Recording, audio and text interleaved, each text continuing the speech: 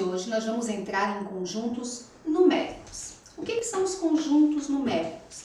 É um conjunto composto por todos os números que nós conhecemos.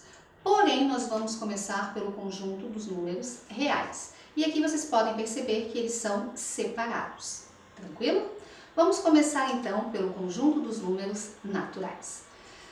Vamos começar pela origem dos números bem rapidinho. Por que surgiram os números? E por que naturais? Naturais da necessidade de contagem. Hoje em dia é muito comum as pessoas contarem, perguntar quantos anos, as horas, tudo já é automático.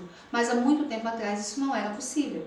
As pessoas representavam a quantidade de alguma coisa através de algum objeto, como uma pedra, uma folha, um graveto e assim por diante. Então, através dessa necessidade, surgiram o conjunto dos números naturais. Esse conjunto, ele é representado pela letra N.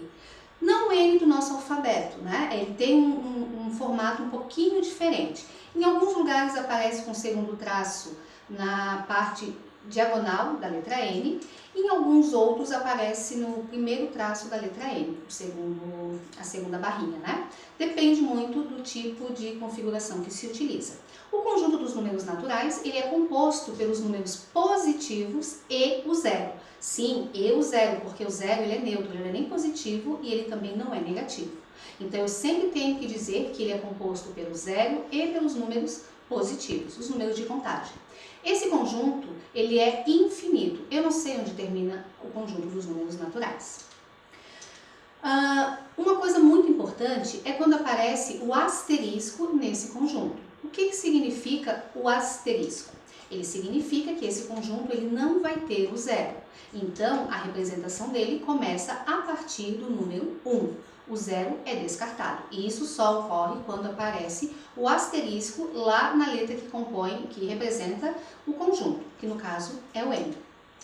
Propriedades dos conjuntos dos números naturais. O fechamento da adição. Se eu tiver a soma de vários números naturais, de 2 ou mais números naturais, o resultado será sempre um número natural. A mesma coisa se aplica para a multiplicação. Se eu multiplicar números naturais, o resultado será um número natural. Comutativa. O que é comutativa? Tanto faz eu fazer a conta, né, dos números naturais na adição. 5 mais 4 ou fazer 4 mais 5. O resultado será o mesmo e também será um número natural. Isso é comutativa. E também se aplica na multiplicação. 2 vezes 3 é a mesma coisa que 3 vezes 2. O resultado será um número natural.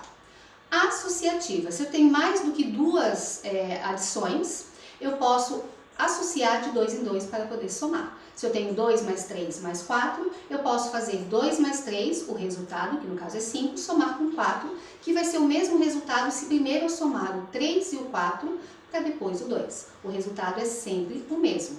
A associativa também se aplica na multiplicação. Se eu tenho um número entre parênteses, eu tenho um número multiplicando essa soma. Eu posso somar primeiro e multiplicar, ou eu posso multiplicar esse número que está à frente da soma por cada um desses dois elementos. Distributiva da multiplicação. É quando eu pego, a gente fala que é o famoso chuveirinho. Eu pego e multiplico um número por todos que estão dentro do parênteses. Eu estou distribuindo esse número que está à frente, está em evidência, vamos botar assim, para todos aqueles que estão dentro do parênteses. O resultado de todos vai ser sempre um número natural. E para finalizar, o elemento neutro. O elemento neutro tem dois, o da adição e o da multiplicação. Todo número somado a zero é ele mesmo. E todo número multiplicado por zero é sempre zero. Tranquilo? Outro elemento neutro que eu quase esqueci de falar é a multiplicação por 1. Se eu pego e multiplico 3 vezes 1, o resultado é 3. Então, o elemento neutro da multiplicação é o número 1. Tranquilo? Conjunto dos números inteiros. Os números inteiros vieram da necessidade de representar aquilo que falta, aquilo que não tem. Então, nós temos o símbolo, que é o Z, né? A gente gosta de falar, é uma piada meio sem graça, os inteiros, para não esquecer da representação, que é o Z.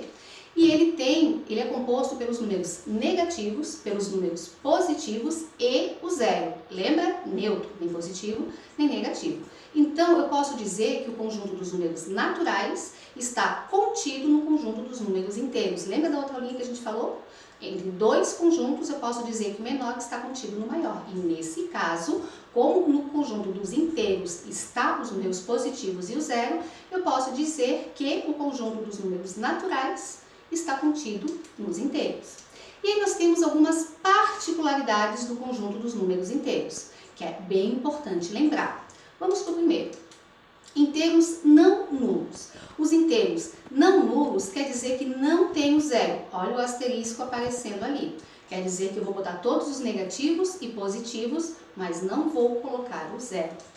Os inteiros não negativos. Os inteiros não negativos, nesse caso o zero está incluso, porque o zero não é negativo. Então ele pode aparecer. Então é o zero e todos os números positivos. Ele é representado pelo Z e pelo maisinho abaixo. Os inteiros positivos, nesse caso o asterisco aparece e aparece o maisinho embaixo. Então são todos os números positivos. Inteiros não positivos, são todos aqueles que não são positivos. Então são só os números negativos. O zero, ele está incluso, porque ele não é positivo. E embaixo são os inteiros negativos. Parece a mesma coisa, porém não é. Perceba que eles podem ser não negativos ou eles podem ser negativos. Eles podem ser positivos ou não positivos. O que diferencia um do outro? Quando tem ou quando não tem o zero. Por isso que é necessário aparecer dessa maneira, ok? Propriedades dos números inteiros. O fechamento na adição. Se eu pegar dois números inteiros e somar, eu vou ter um número inteiro. Se eu tiver uma subtração entre dois números inteiros, o resultado também vai ser um número inteiro. O fechamento da multiplicação, mesma coisa. Se eu multiplicar dois números inteiros, o resultado sempre vai ser um número inteiro. E o elemento simétrico quer dizer, se eu pegar um número mais 5, por exemplo, com um número menos 5, eles são simétricos, porque na reta numérica eles têm o mesmo distanciamento a partir da origem, que é o zero. Se eu pegar esses dois valores e somar, o resultado vai ser zero. Eles são simétricos. Tranquilo? Vamos voltar para a próxima aula com os conjuntos dos números racionais, irracionais e reais. Até!